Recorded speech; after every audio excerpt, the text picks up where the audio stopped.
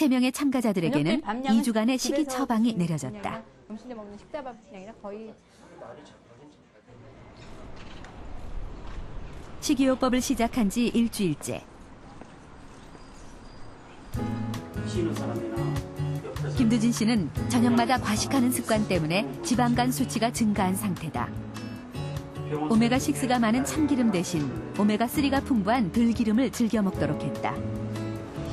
저희 식구들은 참기름 같은 거, 밥 같은 거 이제 비빔밥 할 적에 조금씩 몇 방울 넣는데 저 같은 경우에는 조금 스푼으로 뭐 심할 때는 한 2스푼씩이나 1스푼은 보통 참기름을 같은 걸 자주 먹었어요. 요즘 이제 별로 그 음식에 조금씩 들어가 있는 거, 나물 무침이나 이렇게 들어가는 기름 조금 정도인데 기름은 진짜 많이 줄이고 있어요. 김두진 씨는 일주일 동안 식사 일기를 쓰며 본인의 식단을 점검해왔다. 처방대로 지키려고 노력했지만 아침 식사를 자주 거르는 등 지키지 못한 항목이 많다.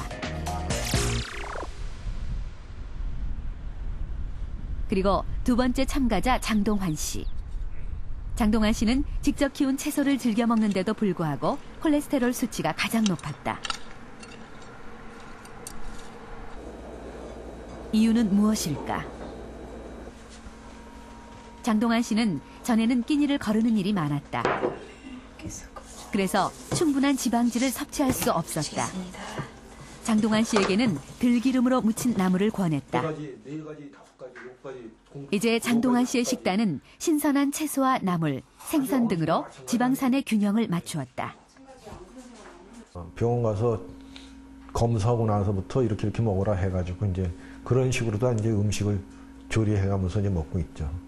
들기름을 조금 더 많이 넣죠. 조금 넉넉히 많이 먹으려고 노력하고. 또 식습관도 교정했다. 아침을 거르던 습관을 버리고 세 끼 모두 규칙적으로 먹고 있다. 처방대로 모두 지키고 있다. 그리고 2주 후 참가자들이 다시 한자리에 모였다. 그들의 몸에는 어떤 변화가 생겼을까? 노규영 씨의 LDL 수치는 변화가 없었고 식사가 불규칙적이었던 김두진 씨의 LDL 수치는 심지어 상승했다.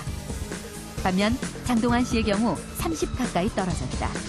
매일 몇 끼, 지방산의 균형을 맞춰 규칙적으로 식사했기 때문이다.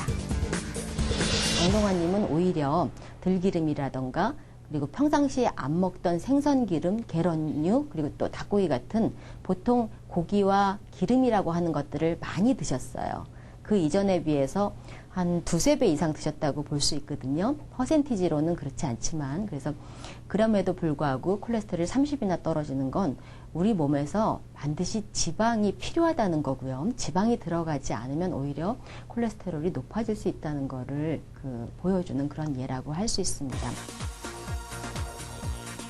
지난 2001년 영국 의학저널에는 규칙적인 식사를 할수록 LDL 콜레스테롤 수치가 줄어든다는 내용의 논문이 발표됐다.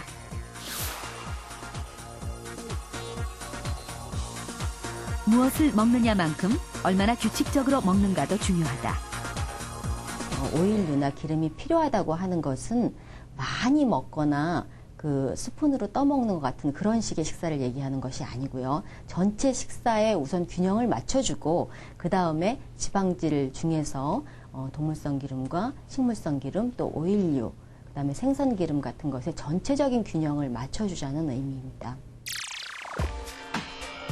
그렇다면 건강에 좋은 기름, 어떻게 조리해 먹으면 좋을까?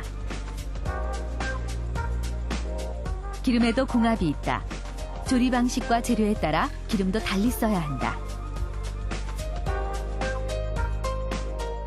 높은 온도에서 조리할 때는 발연점이 높은 카놀라유. 고기 양념장에는 참기름을 사용하는 것이 좋다. 그러나 참기름을 지나친 고온에 사용할 때는 벤조피렌과 같은 발암물질이 생길 수도 있다. 옥수수유나 포도씨유는 튀김 요리의 제격이다. 천연 항산화제인 비타민 E가 풍부하게 들어있다. 때문에 오래 두어도 쉽게 산패되지 않아 보관상의 이점도 있다.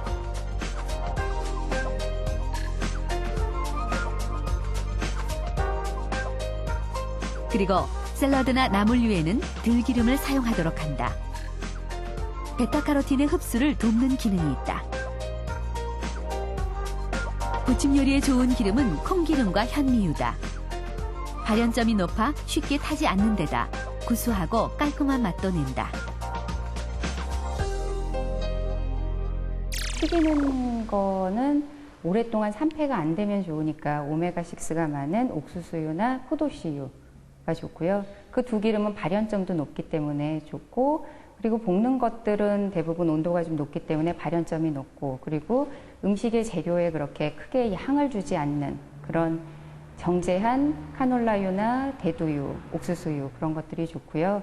그리고 뭐 저희가 샐러드를 하거나 나물을 할 때는 생으로 저희가 압착한 기름이죠. 참기름이나 들기름, 그리고 올리브유 등이 좋습니다.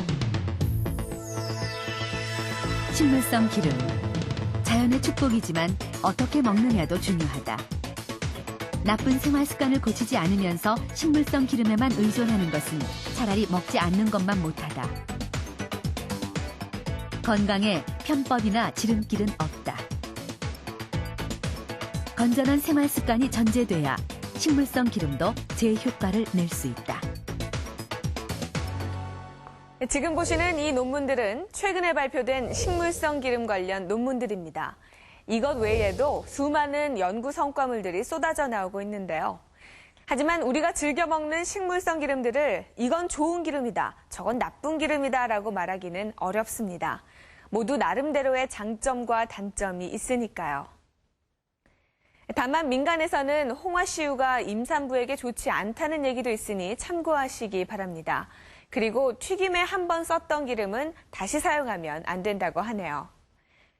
오늘은 식물성 기름의 좋은 점에 대해서 알려드렸습니다. 하지만 그렇다고 식물성 기름을 마치 만병통치약으로 생각해서는 안 됩니다. 운동을 하지 않고 나쁜 식습관을 고치지 않으면서 식물성 기름만 먹는 것은 오히려 독이 될 수도 있겠죠.